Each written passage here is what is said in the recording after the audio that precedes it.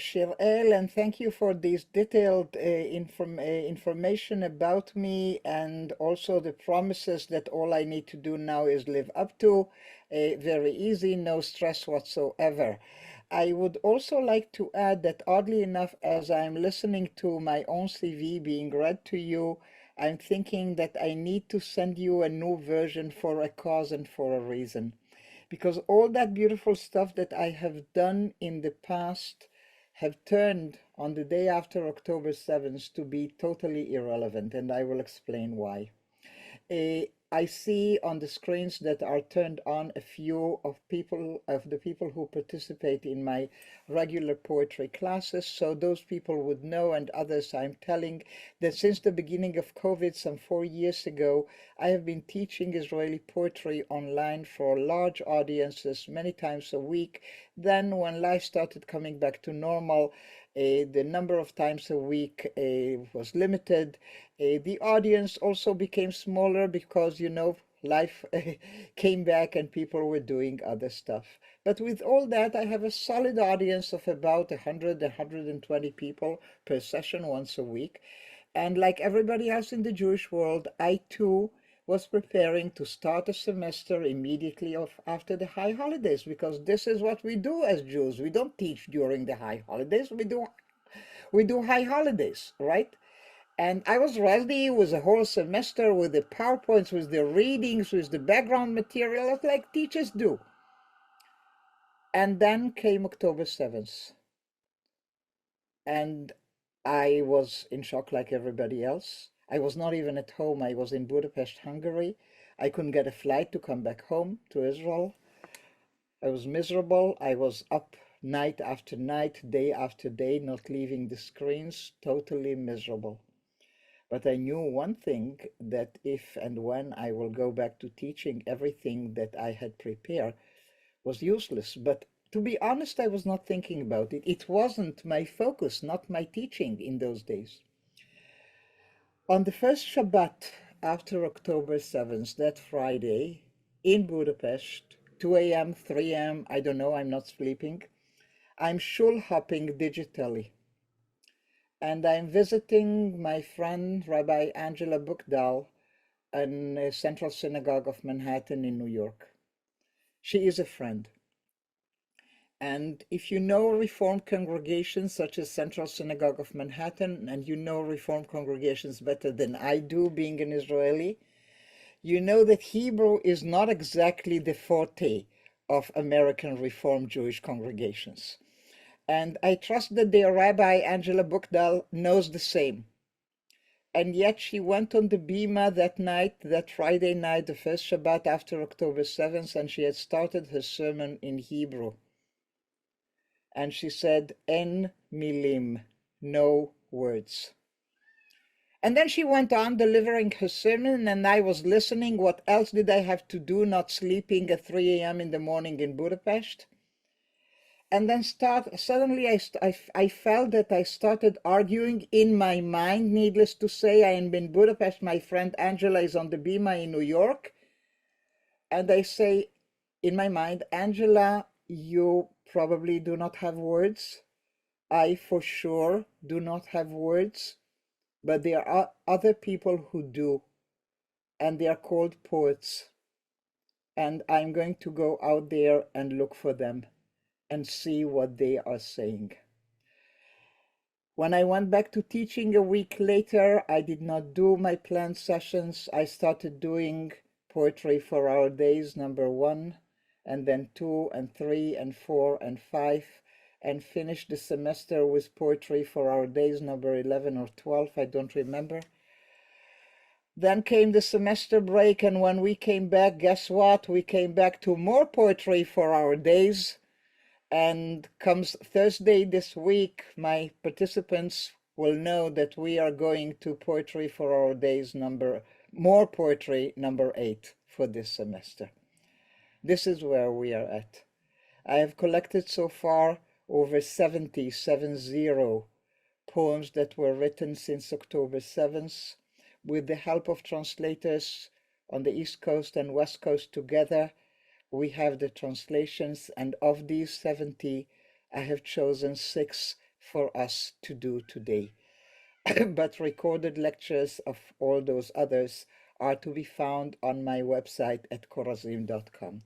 So let me start sharing with you my PowerPoint presentation and take you into our choices for today, tonight, depending where you are listening from. So as you can see, this is poetry for our days number 1, and one could have on and on numbers. This is a selection created for you for CSP. I'd like to start by sharing 2 groups of information or bodies of information. The first one is a very regular one, and that is the names, the titles of the poem. The third body of information that I want to share with you is something that if you have been involved in teaching or studying literature, you rarely do, and that's the pictures of the poets. And why do I do that? Why is that relevant? Because being in the field of education that I'm in, teaching poetry, I have done that for years. I know how to teach the classics, your Bialiks and Chernychovskys, and the generation that came later, your Alterman and Shlonsky, and then all the way to Amichai, and etc., to poets that are living with us today. All these people are published in amazing books and in journals, and you can buy their books and you keep them in your shelves, on your shelves at home, as I do. And then you have amazing books written about their poetry, and then you have academic articles written about them, and you research those and you create the classes. I had none of this when I started thinking about teaching poetry written those days. These were poems, the first of which had appeared, I think, on October 10th, at least the first that I have found. None of them have been published yet. No learned articles have been written about them, but so I knew that my teaching and preparing for teaching is going to be a totally different experience of teaching, and for my students, a different procedure of learning. And the big asset that I do have today is that all these poets are alive. All of them are young. All of them are accessible through the digital media. I have spoken to all of them. I have interviewed all of them.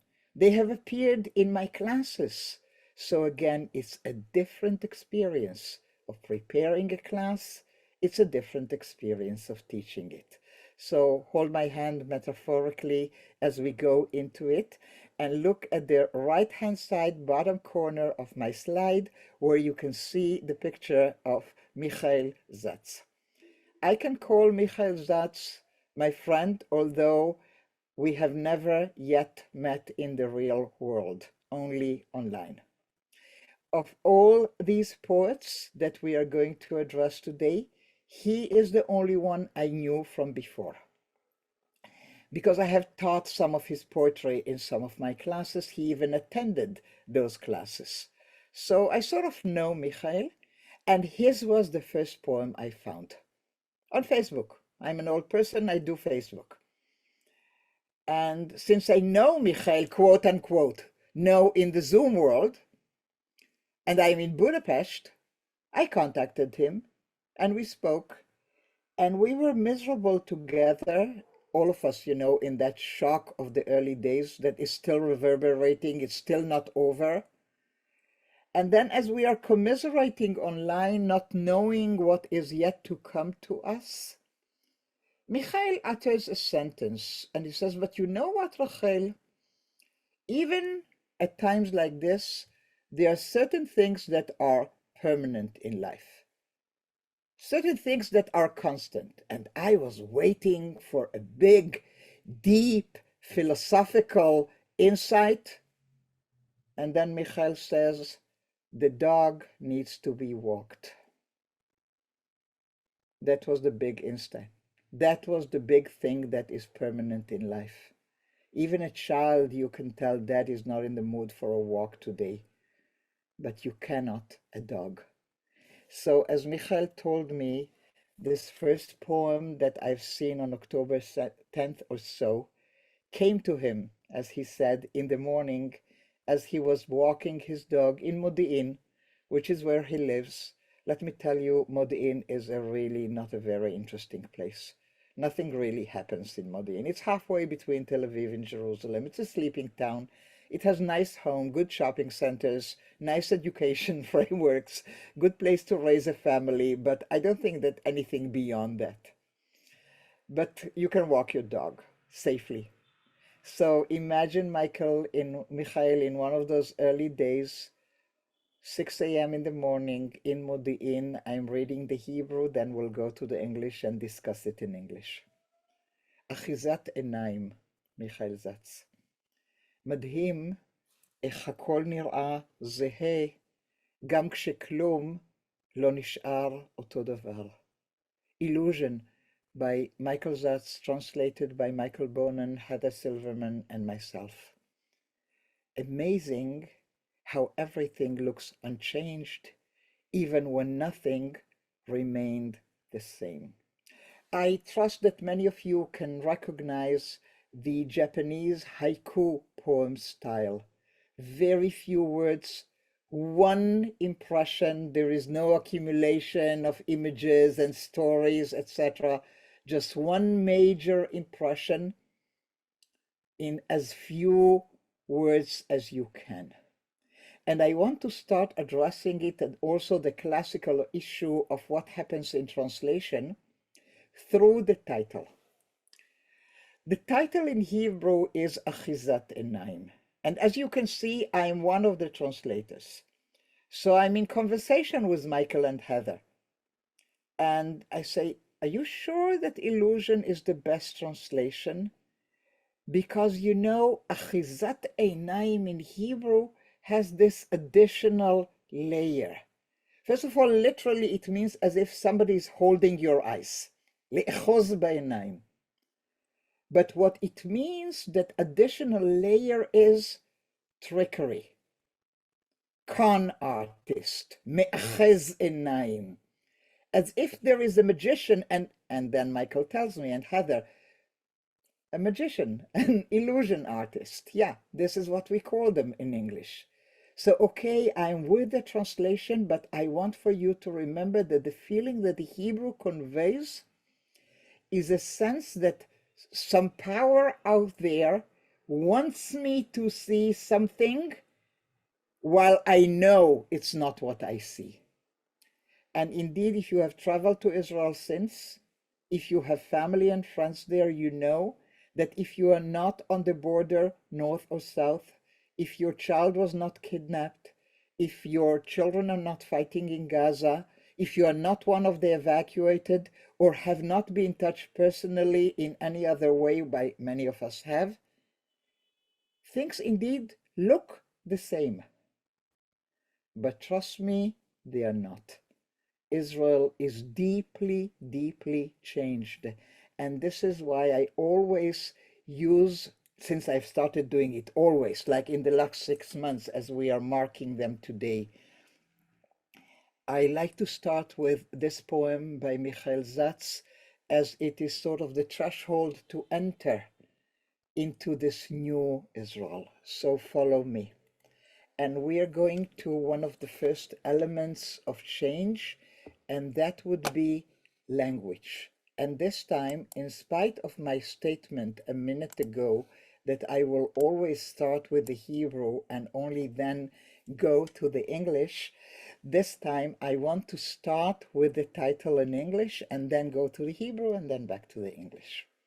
I want to start with the title in English, Homefront Command New Regulations for Small Talk, because I need to make 100% sure that you are all with me in understanding that this is tongue-in-cheek, that nobody really literally tells us how we are supposed to handle small talk these days. Not at all.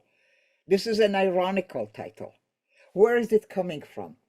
It's coming from those first days after October 7th, like that day that started 6 months ago and still goes on, where Home Front Command, a branch of the military that regulates civilians' life during war, is telling us if we need to be evacuated or not, if the kids are gonna go to school, if we can gather more than 5 or 10 people at one place, if the shopping is going to be open and allowed, what to do when the siren sounds, what if our home or the one next to us should be hit, etc., etc., etc.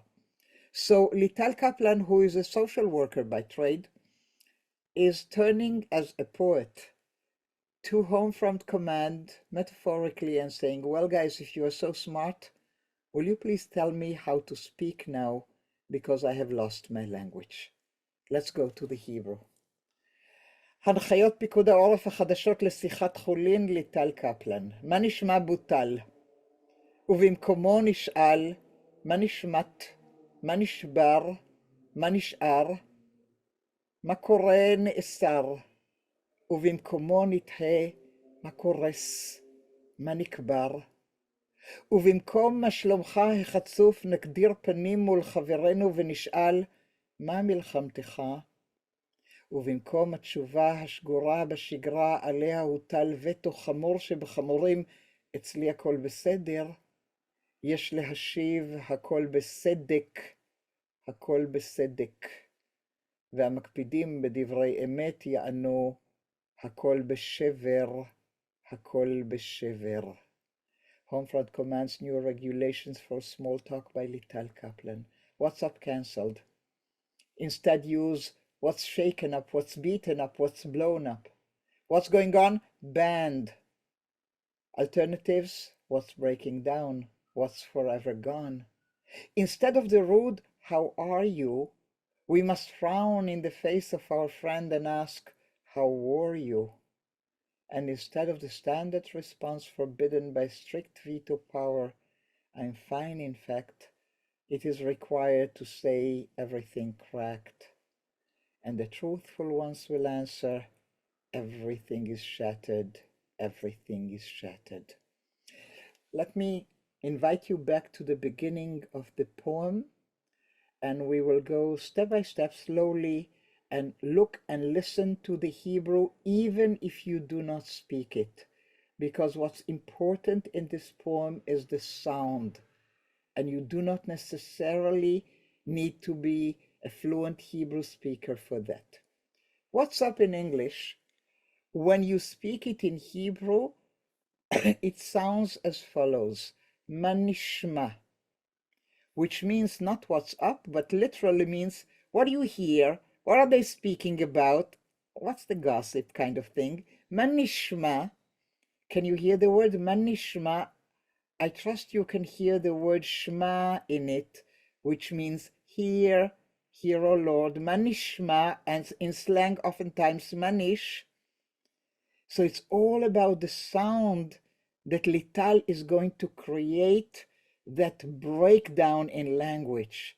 Instead of manishma, manishmat, she will change one letter. What dropped? Manishbar, broken. Manishar, left, blown up in the translation. The same goes for what's going on, which in Hebrew is makoreh, and she will do the same thing about it poetically. She will change one letter. Makores, what's breaking down. Manikbar, forever gone, buried. With that, we have now reached the middle of the poem, and if you are teachers and students of poetry, you will know that oftentimes the center of the poem is like a pivot around which the whole work is structured. So let's listen to it carefully and ponder. Instead of the rude, how are you? What do you mean rude?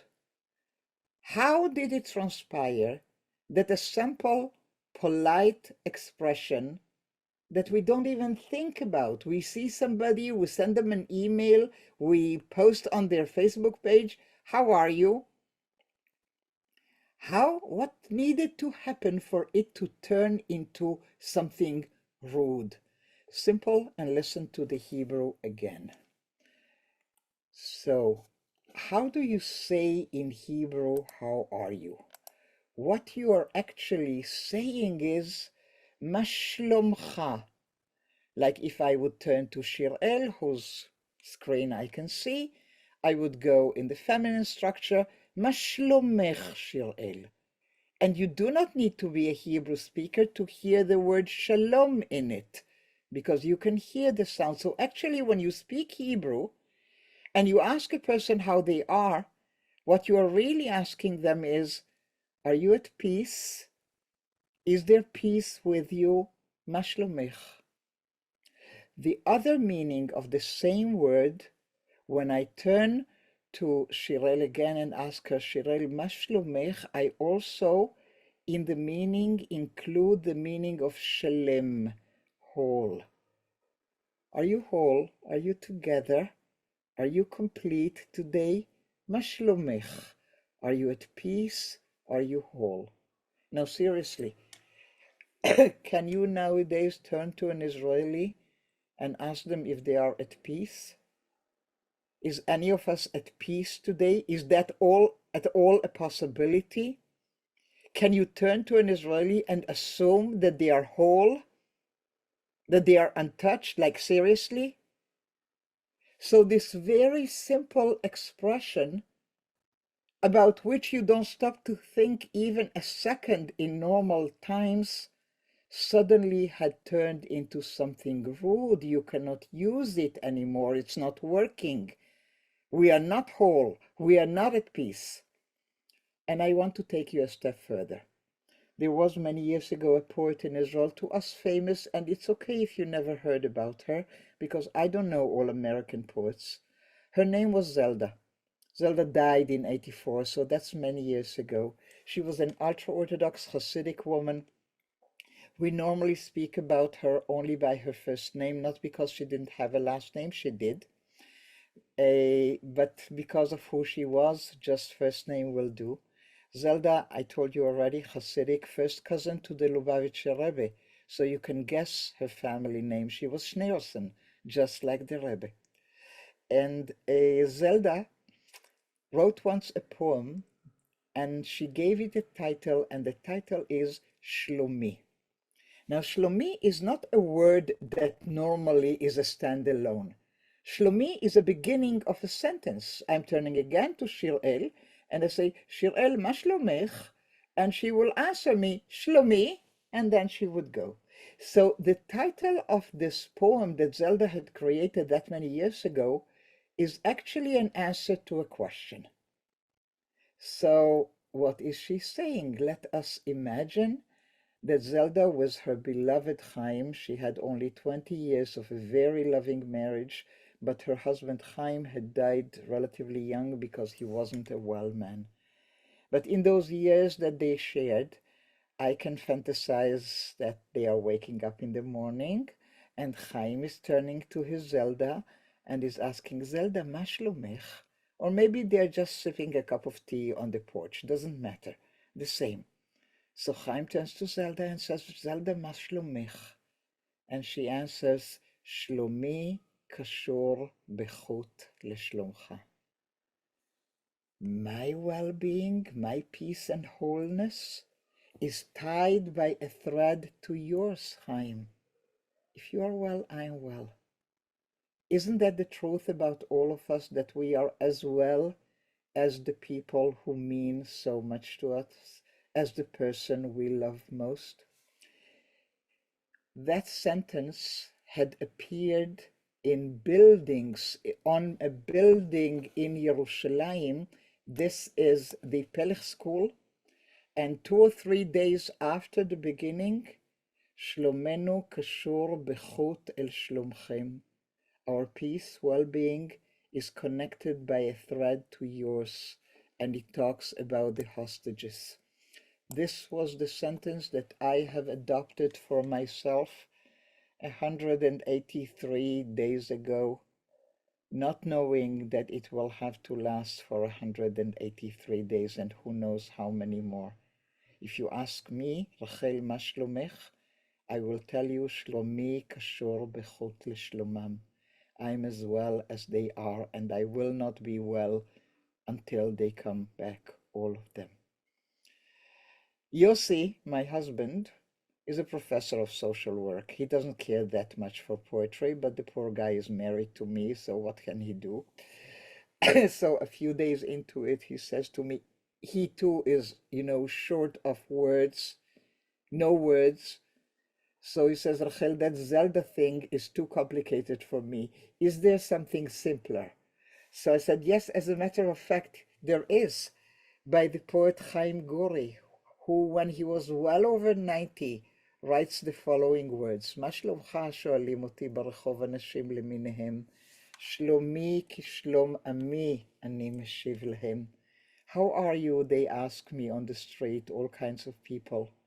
I'm as well as my people, I answer them. So if you were to meet the Korazims these days and you asked me, I will always tell you, Shlomi kashor bechot leshlomam. My well-being is connected to that of the hostages, quoting Zelda. And Yossi will tell you, I'm as well as my people. In both cases, it means not that great. Just so that in case you need a translation. And with that, we are going back to the poem to have another look at the last stanza. And instead of the standard response, forbidden by strict veto power, I'm fine in fact. How do you say I'm fine in fact in Hebrew? You say ani beseder. Listen to the sound. Beseder. You are now required to change just one letter or two. Instead of beseder, say besedek, cracked, or beshever, two letters, shattered. This is what happened. Every single, everyday, mundane expression needs to be checked, needs to be reviewed. You have to think about every word you utter. Taking a last look at the poem, I'd like you to be able to discern a beautiful thing that Lital had created. Walk with me from beginning to end. Cancelled is more or less legal language. Banned is more or less police or something. Rude is just regular conversation, parents, teachers, trying to show the way what is acceptable, what is not. Veto power is politicians, political. And the truthful ones, hamakpidim b'divrei emet, is actually halachic language, rabbinical language. So what Lital has done with her work with the words is to show us that it's not at all about home front command. It's every part of our lives, every layer of the language that had been changed. Will you tell us how to speak now? Take a deep breath as we are going to the next poem, and I hope, Shirel, that you are monitoring the chat just in case I need to be aware of anything, okay? And I'm going to take you to the next poem, which is Kaddish by Assaf. This is a good opportunity for me to show you that things are happening not on the verbal and the words art, but also in graphic arts.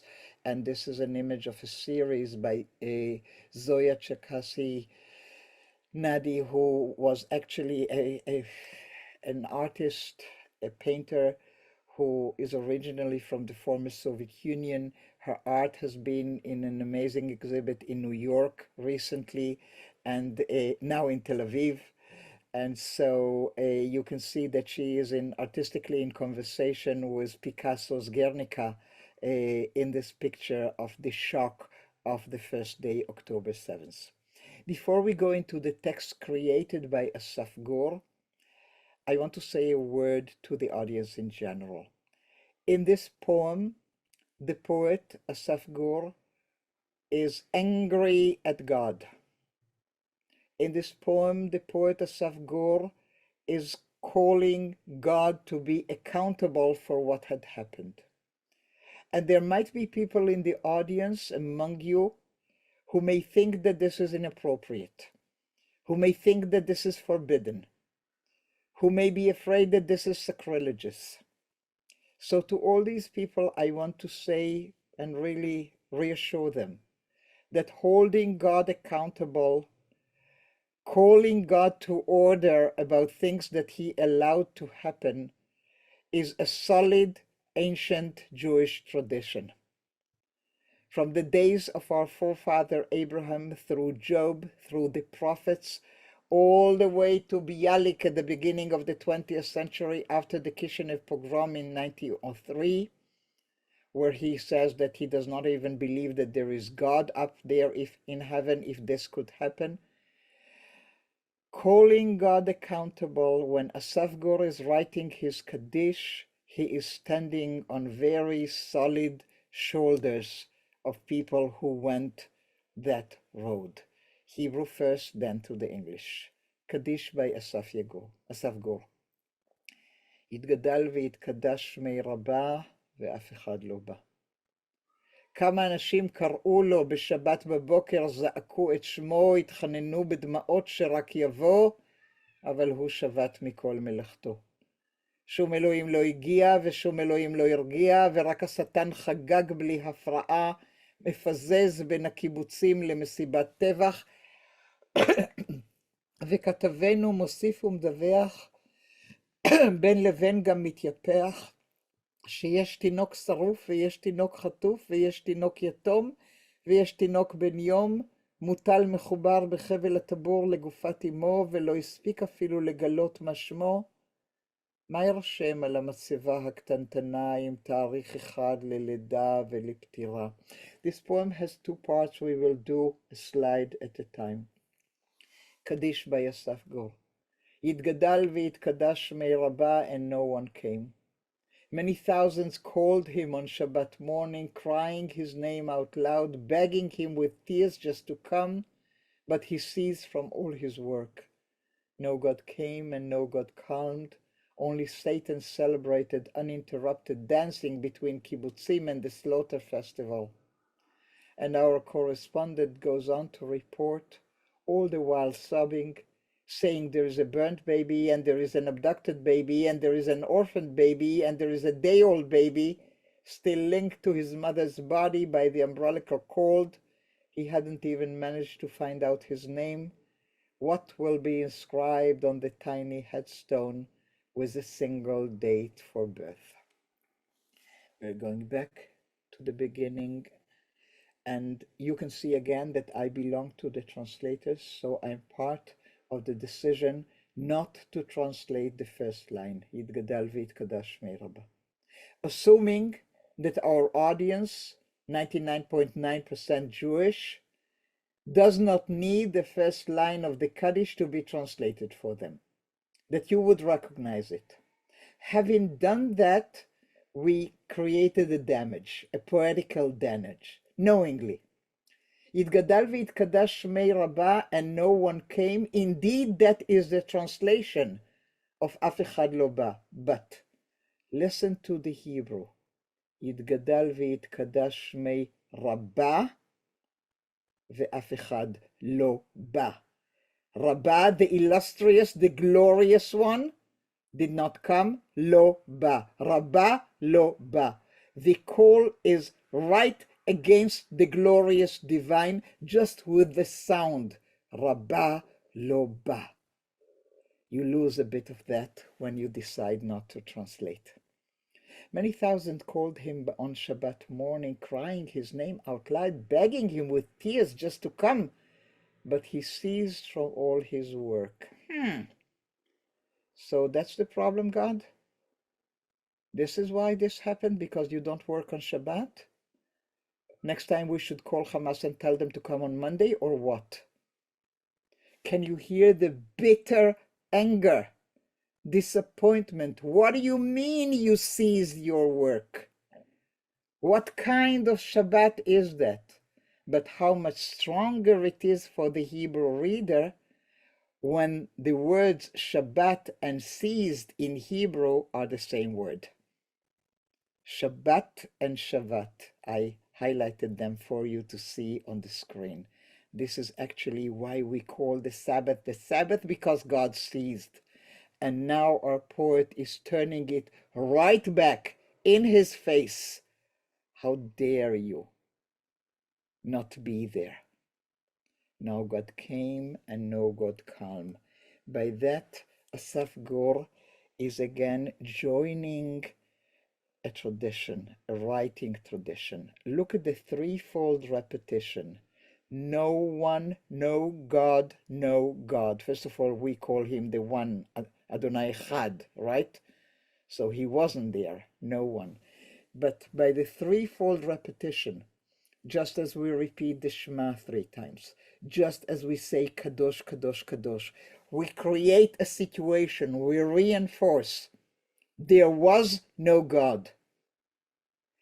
By doing that, Assaf Gur is joining, if you wish, a literary tradition that was created after the Holocaust.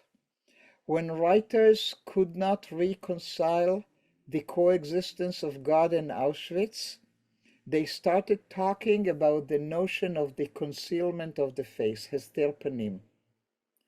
That there was a time, there were events where God chose not to be there. His face is covered, concealed. And Assaf Gur is recreating that. How? No one, no God, no God. There's never a void. In this godless universe that you allowed, only Satan celebrated uninterrupted. God is to interrupt Satan. But if he chooses not to be there because he sees of all his work, thank you very much, then only Satan celebrated uninterrupted. It became for that day the realm of Satan, the realm of the Sitra Achra, of the other one. Dancing between kibbutzim and the slaughter festival. The word slaughter festival in Hebrew is mesibat tevach, which is one letter away from the original name of these nature festivals, mesibat teva, and you only change a letter and it becomes tevach. And our correspondent goes on to report all the while sobbing, so I don't need to tell you, as I told you in the case of Lital, that she was a social worker. I do not need to tell you that Assaf Gur is a reporter. He's a journalist. And our correspondent goes on to report all the while sobbing, saying there is a burnt baby, and there is an abducted baby, and there is an orphan baby, and there is a day-old baby. Yeah, in the same vein. Just like what we had said a minute ago. In a godless world, when he is not 3 times, then this is what is. If you are not there, then there is a burnt baby, then there is an abducted baby, then there is an orphan baby. You juxtapose the non-existence of God with the existence of what transpired that day. As we turn the page to the last part of this poem, I again included some of the graphics. This is an inscription that you can see in Israel on stickers, on posters, on t-shirts. I own a couple of those. We wear them in the demonstrations. And this relates to the fact that when you are speaking about the events that have befallen us, you say that they have happened on October 7th, and that would be 100% correct. Only when we say it, we say Hashiv'a be'October, which is the exact translation, only carries a much deeper, higher, profounder meaning. Because every single time we in Hebrew mention the date, we are saying, we are uttering the word Shiva, which is the word for mourning. So it goes very well with the broken heart. This is what the kibbutz looks like after Satan's visit, turning the broadcast back to the studio. Quiet now, they are shooting. And they are also launching rockets. And there is no government, and there is no mercy. Just the screaming and the pictures that will never leave the mind, the 7th of October 2023. You lose here two things. A, the rhyme between mind in Hebrew, rosh, and 3 in Hebrew, shalosh. There is a rhyming rhythm connection. It's lost in English, but that's not the problem. The problem is really the meaning of the date, which I've just shown you, that Shiv'a October is unlike exactly October the 7th. Just like we had the play on words with the word Shavat and Shavat, Shabbat is not Saturday, Shiv'a October is not October 7th. And with that, and a split second to breathe, we go a step further. And this time, I would like, with your permission, even without it, because I'm not really asking for it, I'm just telling you, I want to adopt a different pedagogy. Rather than read the poem and tell you what I think about it, I will read the poem and say nothing. And after that, I will tell you 3 facts that are loosely connected to the poem. And then we will read the poem again, and I trust magic will happen, and you will be able to see that which I did not explain. בארי, by עדי בלחמן סופר. עוד מעט יגיע החורף. עננים בוכים ישקו את האדמה ויצמיחו מרבדים אדומים.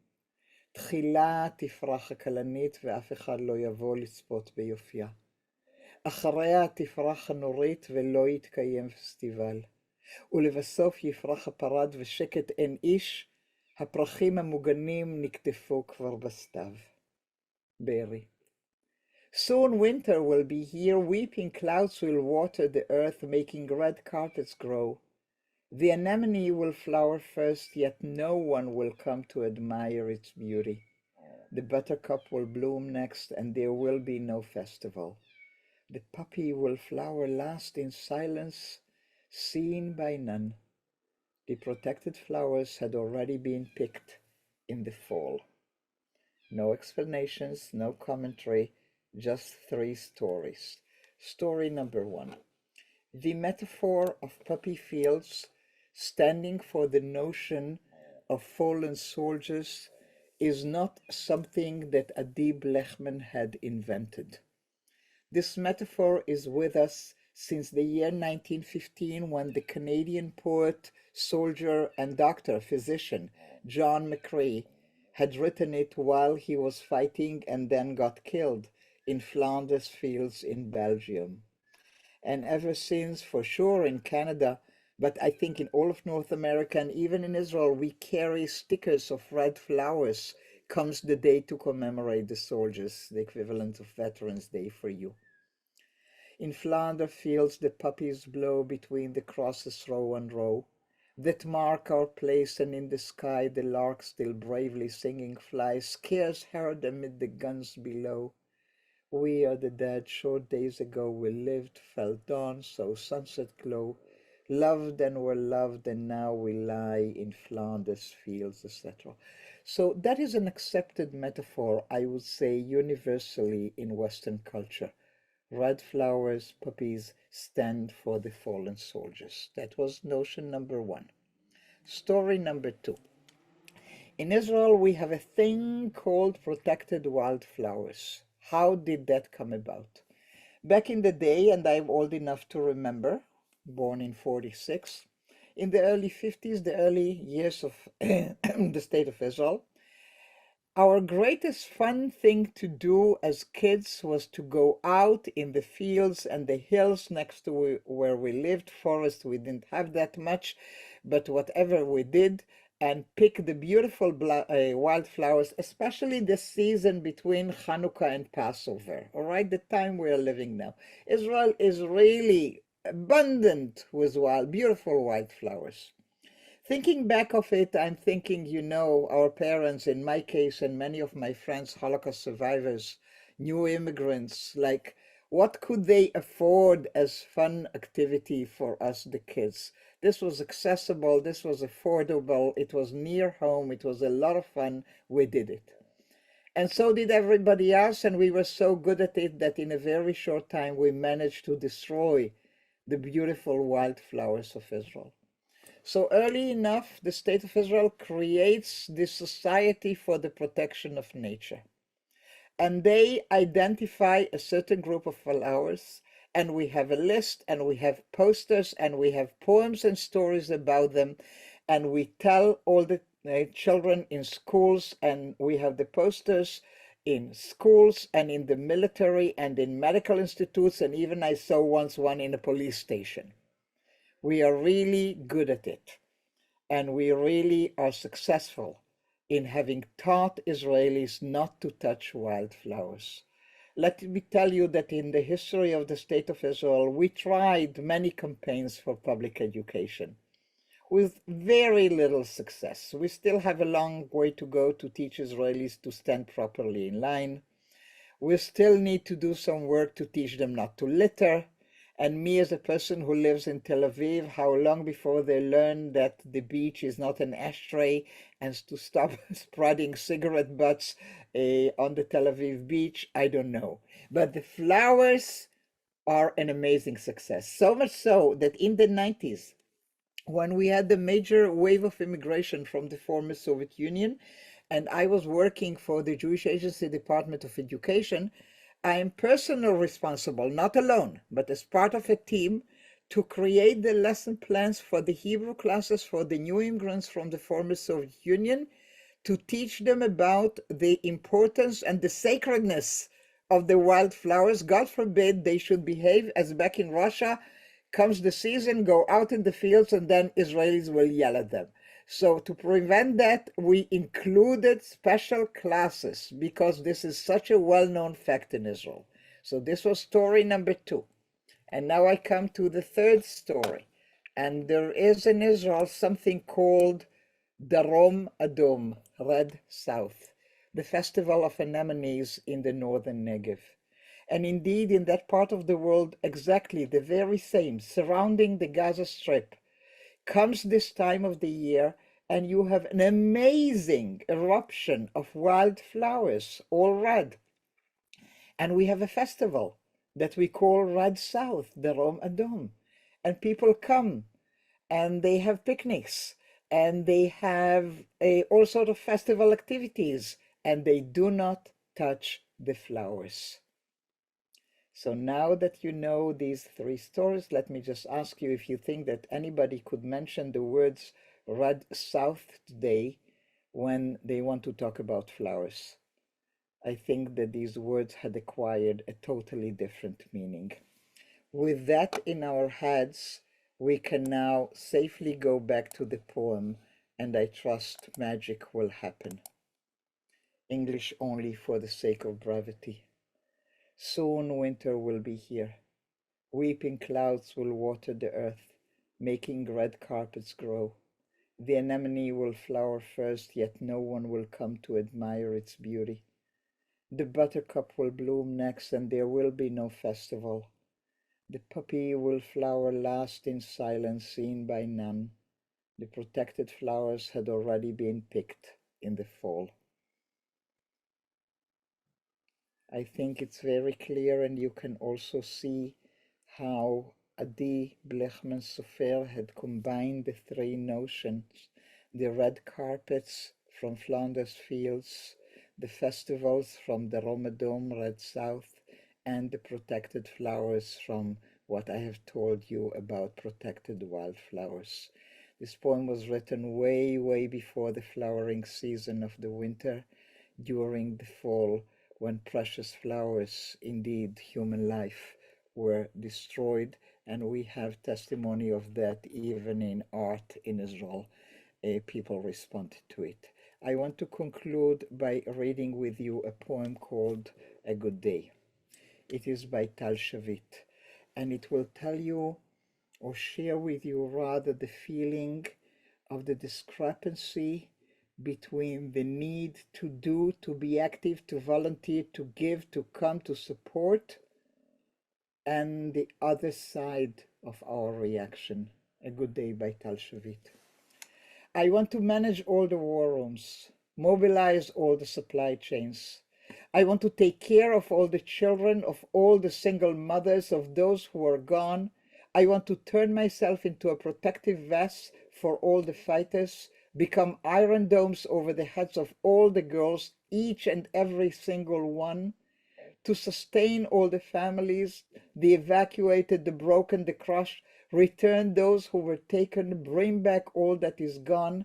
I want to collect all the donations and make them and take them where they belong, to pass all the messages, to make all the sandwiches, to oversee all the efforts. I think you can sense the frenzy and the need to do, fix. But on a good day, I manage sometimes to breathe, sometimes to drink, sometimes to call loved ones. On a good day, I manage sometimes to cry. And you can see, I think, very clearly how we are in Israel these days, frantically trying to do, and personally very far yet from proper self-care. And people will talk to you about Israel being in a post-trauma, and I will say halevai, but we are not at the post yet. We are still within the trauma. As long as the fighting is going on, as long as the hostages are still there, as long as there are over 100,000 Israelis who have been evacuated from their homes, where the north is abandoned and so is the south, we are not in the post-trauma yet. We are still within it, and the poetry speaks to that. Thank you for listening, and I will of course take your comments and questions as you want to handle it. Shirley, bevakasha.